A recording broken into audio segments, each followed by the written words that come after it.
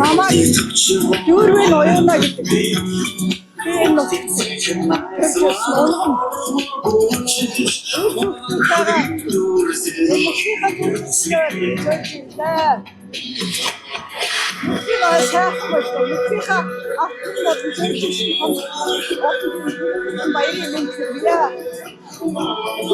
За нутагтай ирэх хэд онж?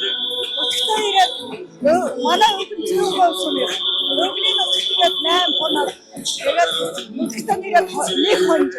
За ер нь нутагтай жил болгоно ирдүү те? Жил болгоно.